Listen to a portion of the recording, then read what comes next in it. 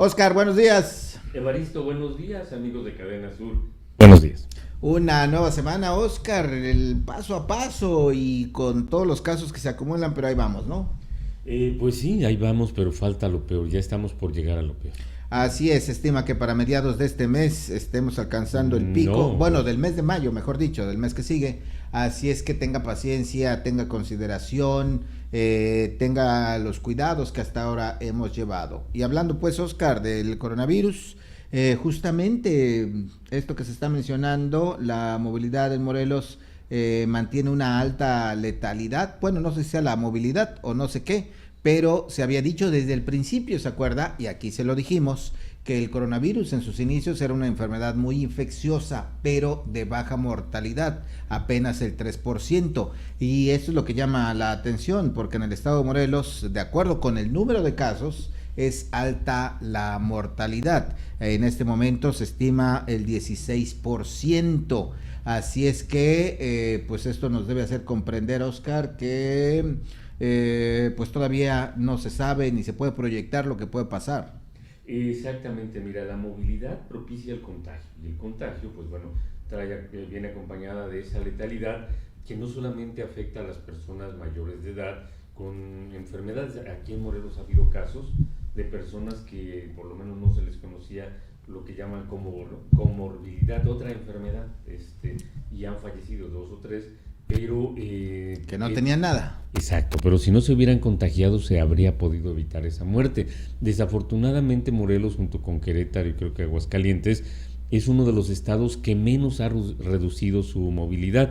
Se necesita que se reduzca en un 60% o al menos más de 50%, y Morelos no llega a esa cifra. Ayer se difundían fotos de hordas, diría yo, de motociclistas que invadieron Huitzilac, por ejemplo. Lo turístico de la entidad, el que sea un cruce de caminos para ir al estado de Guerrero, a Puebla, propicia que venga gente de otros lugares que también tienen contagios en mayor cantidad, como la Ciudad de México, como Puebla. Entonces todo eso puede crear la tormenta perfecta en el estado de Morelos. Estaba viendo que hay como 27 camas nada más con respirador en el estado de Morelos en los servicios de salud. Actualmente, según el reporte de ayer, el 10% de las camas disponibles ya están ocupadas, Evaristo, y no recuerdo qué porcentaje de las camas con respiradores, que es un porcentaje mucho menor, también ya están ocupadas. Y pues bueno, cuando llegue lo fuerte de la pandemia, no va a haber camas suficientes, y eso puede ser que a una persona sana que ahora, ¿te acuerdas que creo que la semana pasada hablábamos de que poca gente conocía directamente de casos de enfermos y por eso mismo pues se veía como fácil decir, no existe eso?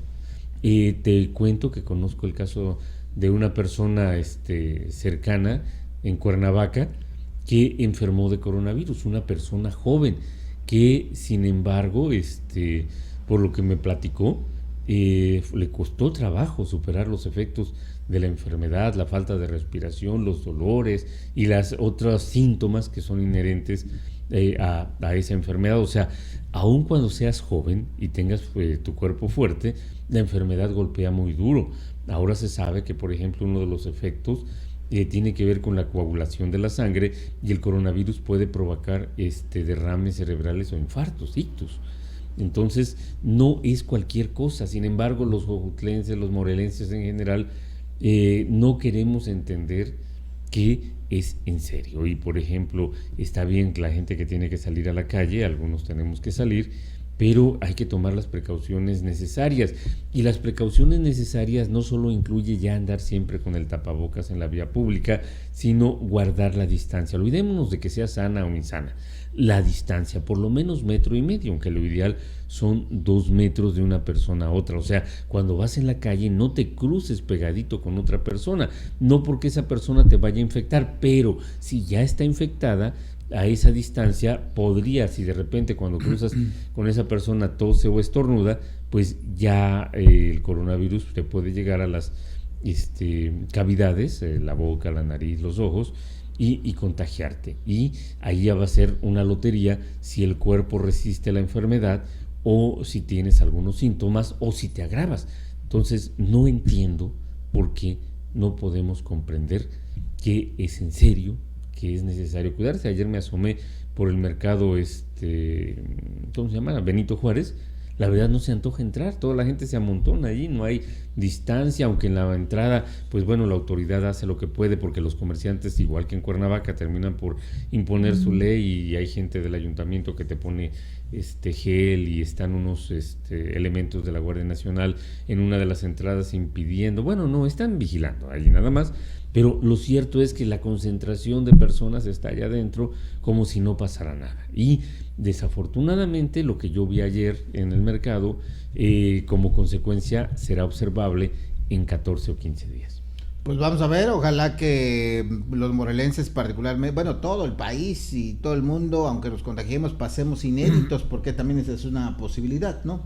Estar asintomáticos y sufrirla sin siquiera saberlo, que es lo que han dicho las autoridades, pero como dice Oscar, es una lotería, no le juguemos a la lotería, mejor tomemos las precauciones debidas. Y esta contingencia pues está impactando todos los sectores, y uno de los que ya empiezan a protestar o a manifestarse es el sector educativo, porque pues, la educación a distancia pues no la habíamos tenido tanto tiempo, y ahora ya escuchamos, Oscar, quejas en la red, que ahora valoro a los maestros, que yo no tengo internet, o sea que es una situación que también ya empieza a generar algunos problemas. Exactamente, pero son secundarios a los problemas que viven la gente que tiene que enfrentar el día al día en la calle para conseguir recursos para comer ese día. En el sector educativo lo que se digan son comentarios, porque no podemos evaluar, es muy poco tiempo para evaluar cuáles van a ser las consecuencias de la contingencia, de la educación a distancia y la efectividad de las clases por televisión, por radio, por internet y todo, pues no las tenemos todavía a la mano. Es obvio que la educación se debe de completar a través de la participación de los padres de familia, que en esta generación, pues bueno, la mayoría trabaja el padre y la madre y los niños están en manos de la abuela o de la televisión. Y aparte, la generación actual que tiene hijos pequeños, son una generación que no fueron preparadas adecuadamente. A nosotros nos dieron todavía más herramientas académicas, nos enseñaron más. Ya la siguiente generación recibió menos información, se preparó menos, tiene menos el gusto por la lectura, y ellos son los que van a ayudar a los niños de esta generación, los actuales niños. Y pues bueno, no sabemos si esas carencias, aunque suene obvio, pero no lo sabemos, van a impactar y se van a sumar a las carencias de la escuela a distancia. Pero pues bueno, Morelos es un estado bastante conectado en cuestiones de tecnologías de la información. Casi todas las comunidades tienen acceso a internet, o las comunidades más pobladas tienen acceso a internet, malo, bueno, regular, pero tienen acceso, aunque según el censo del INEGI, apenas el 11% de los hogares mexicanos se conectan a internet por un módem. Casi todo el mundo lo hace a través de su teléfono con datos, entonces eso cuesta más, pero todo eso lo vamos a saber hasta en unos años, no tenemos idea, pero pues bueno, es lo que hay. Tienen que reconocer, tienen que aceptar que es lo que hay. Podríamos ni siquiera tener clases, pero pues las tecnologías permiten las clases por televisión, por radio, por internet. No tenemos otra cosa. Y los padres, si queremos a nuestros hijos, tenemos que complementar la enseñanza de la escuela y suplir las carencias de los docentes. Y hay que decir, Oscar, que si revisamos la educación en México, pues no hemos estado en muy buenos lugares, ¿no? Lo último que se sabía, antes de fijarnos en ese sector, pues se hablaba pues de bajo rendimiento, bajo aprovechamiento. Recordarás que hace no mucho se habló de que éramos de una lista de países de los de menor aprovechamiento, que el español y las matemáticas no se nos daban. Si así con clases así estábamos, pues no sería mucho aventurar suponer que pues este tiempo que los jóvenes tienen que estudiar en casa, asistidos por los padres, pues pueda deteriorarse todavía más esta situación. Lo que ha dicho Oscar me parece importante. Debemos entender que esto es lo que hay y hay que pues hacerlo, hay que estudiar, hay que apoyar a los niños en esta contingencia, porque pasando la misma ya va a ser difícil emparejarse si dejamos pasar los días. Yo me acuerdo, fíjate, un buen ejemplo es lo que pasaba en el Tecnológico de Zacatepec. Ahí me acuerdo muy bien que decía... A pesar de todo el tiempo que ha transcurrido. A pesar de todo el tiempo que ha pasado, nos decían, este sistema le llamaban por fichas, que era por temas. Este es el tema de hoy. Imagínense que es un bolillo. ¿Se van a comer un bolillo? Pues está bien, ¿no? Todos los días podemos comer un bolillo. Pero si no se comen ese bolillo, al otro día se tienen que comer otro bolillo diferente y al otro día otro y otro. Así es que si los dejan pasar ya van a ser muchos bolillos y no se los van a poder comer en unos solos días, ¿no? En unos cuantos días. Algo así es lo que está pasando acá. Si dejamos pasar algún tema, pues se nos va a acumular y se nos va a acumular y ya después va a ser irreversible poder recuperar todo el tiempo. Así es que el llamado también es a la conciencia de los padres, particularmente en los niños de educación básica, y los jóvenes pues ya ellos solitos tendrían que hacer conciencia. Y llama la atención lo que dices, Oscar, somos la generación que todavía tuvo otro tipo de educación. Efectivamente. Y aparte somos una generación, Evaristo, en que las casas eran amplias, te recordarás, a lo mejor las habitaciones eran pequeñas o insuficientes, pero había un patio amplio, la calle era parte de la vivienda, y actualmente los niños viven en casas muy pequeñas, ¿sabes? Los huevitos que construyó el Infonavit y las constructoras. Entonces las casas son pequeñas, no tienen patios, no tienen espacios para compartir. Esa es otra cosa más que está viviendo, y luego el calor en todo su esplendor, quienes tienen que estar confinados, que somos todos. Aparte, la escuela tradicional había convertido a la generación de niños que hoy están en cuarentena en gente sin capacidad lectora e incapaces de comprender problemas matemáticos elementales. Eso dentro de las aulas, acudiendo y todo lo demás. Entonces, ¿qué irá a hacer de esta generación? Pero bueno, el amor gran de los interrogante, padres, ¿qué será de esta generación? pero el amor de los padres tiene que hacer la diferencia, Evaristo. Pues ayer, digo, como ejemplo justo, me hiciste recordar un comentario que dijo, yo amo a mis hijos y quiero que tengan la mejor educación, pero no puedo con este asunto de estar con ellos en la computadora o en la televisión enseñando. ¿Qué situación? Hoy todos tenemos que ser maestros, además de padres de familia. Y bueno, otra situación que también se está impactando con esta pandemia, Oscar, que también es preocupante, es el tema de que el Consejo de Seguridad Ciudadana ha dicho que se ha incrementado el índice de robo con violencia y también el de violencia intrafamiliar. Que lamentablemente ya se esperaba precisamente por la tensión, la angustia, la falta de empleo, el encierro constante, son delitos que van al alza en esta pandemia. Si recuerdo bien el informe de la semana pasada, se refiere a robo de autos con violencia, creo. De que, esa es una cuestión secundaria o paralela, pero secundaria al otro punto, la violencia intrafamiliar. Te mencionaba hace unos momentos que esta generación vive en casas más pequeñas. A nosotros nos tocó vivir, por lo menos en todo Morelos, en casas con patios inmensos, ¿no? Pues aunque no inmensos, pero con patio, ¿no? O podías jugar en la calle sin tanto problema. Exacto, pero sí había espacios más amplios. Y aunque las casas eran un amontonadero, o podrían ser un amontonadero que mucha gente en un solo cuarto, pero tenías un espacio de convivencia en donde podrías escapar del encierro, pero actualmente no, encerrados en lugares muy pequeños, 2 cuartos, mini pisos, mini lugares, mini departamentos, y con mucha gente, muchos niños, y a veces, pues bueno, en México siempre conviven más de una familia en un hogar. Está la abuela, los tíos, los papás, los niños. Sí, y ahí está, por ejemplo, las nuevas casas, mira. Exacto, son muy pequeñas. Y de por sí ya ves que había 60 metros, creo. 60 metros cuadrados. Y entonces todo eso origina, y aparte, súmale otro elemento. Morelos tiene uno de los consumos de alcohol más elevados per cápita. Así es. Cada persona en Morelos consume mucho alcohol. No quiere decir que usted que nos está viendo a fuerza lo tenga que consumir, pero las personas que sí conoce que consumen alcohol sabe que no es como antes, que se tomaba una cervecita de botella chiquita. Ahora es común, es normal, es lo más natural. Y más barato. Que cada quien se tome una caguama entera. Así es. ¿No? Cuando antes la caguama era para compartir. Y la caguama antes era de 750 mililitros. ¿Y ahora? Ahora es de 1.2. litros.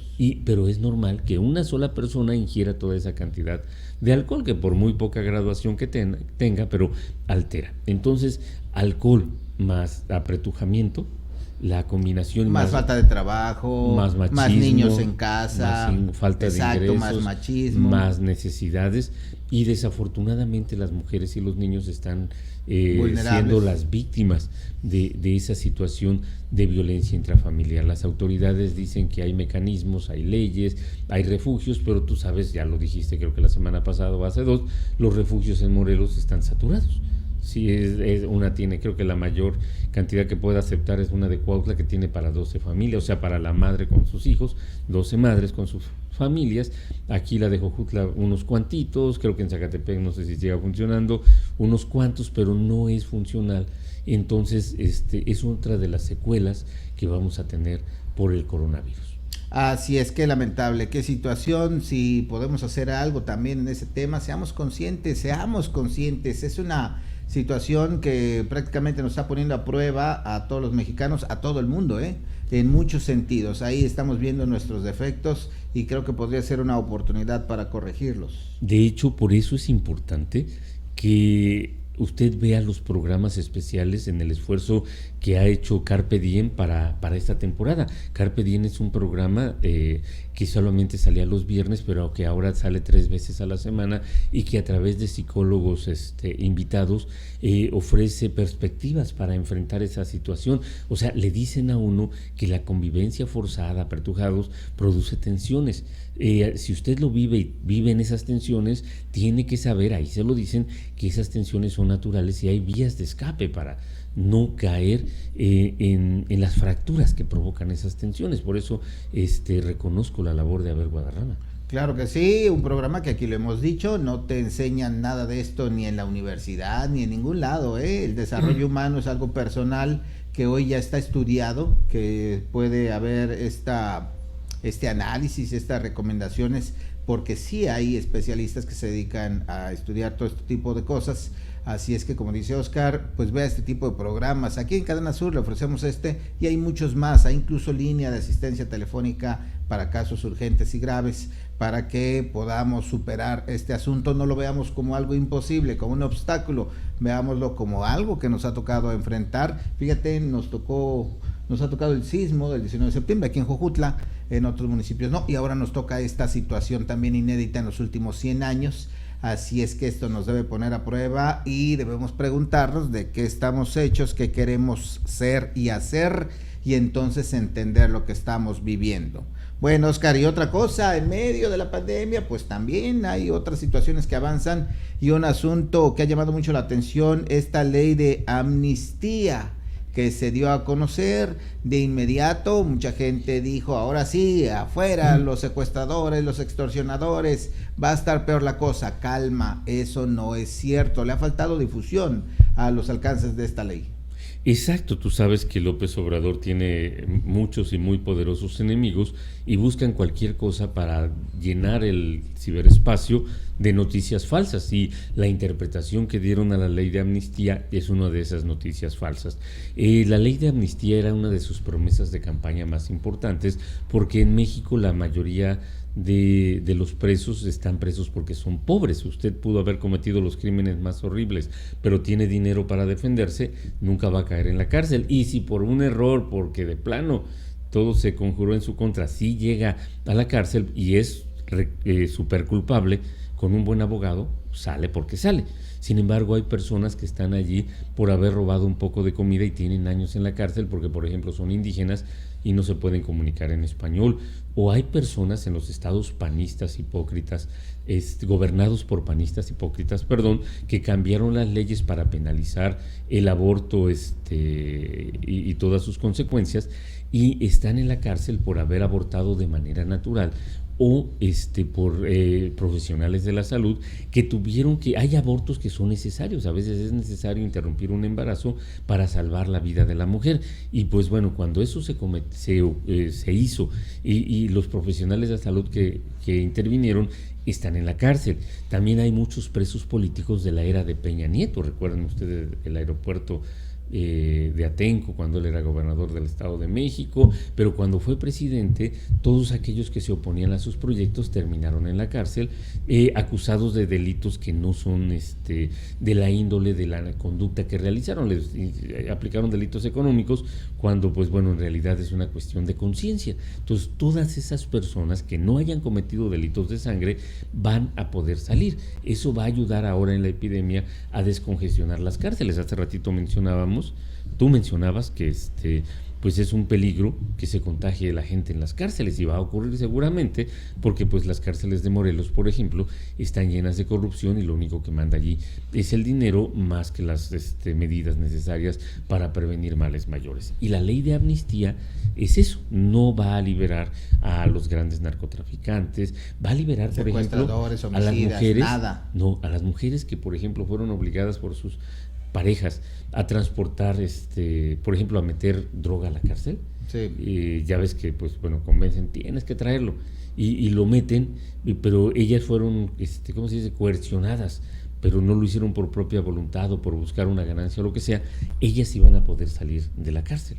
Pero los narcos grandes, los secuestradores, los defraudadores, quién sabe, porque pues ya ves que el gobernador de Veracruz, ajá, con un poquito de dinero va a estar libre y le vamos a tener que regresar su dinero si las cosas pintan como pintan.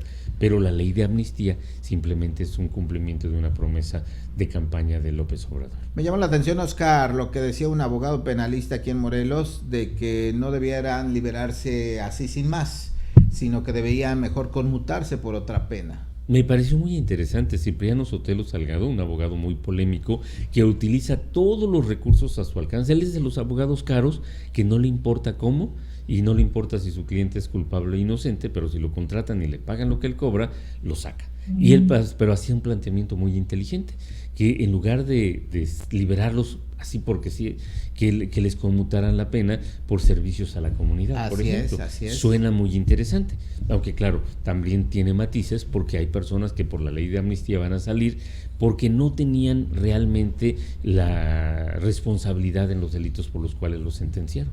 Claro, de los que no tenían responsabilidad, creo que todos estamos de acuerdo. Aquí hablaríamos de los que sí cometieron algún tipo de delito, ¿no? Sí, porque por ejemplo, gente que tuvo que ver con tráfico de drogas en una modalidad y una cierta cantidad van a salir libres. Así y es. Ellos pues sí merecen pues hacer trabajos por la comunidad a la que dañan. Claro, enterarse de que sí hicieron algo indebido y pues que lo tienen que pagar, lo tienen que resarcir a la sociedad. Pero es lo que hay, la ley ya fue aprobada.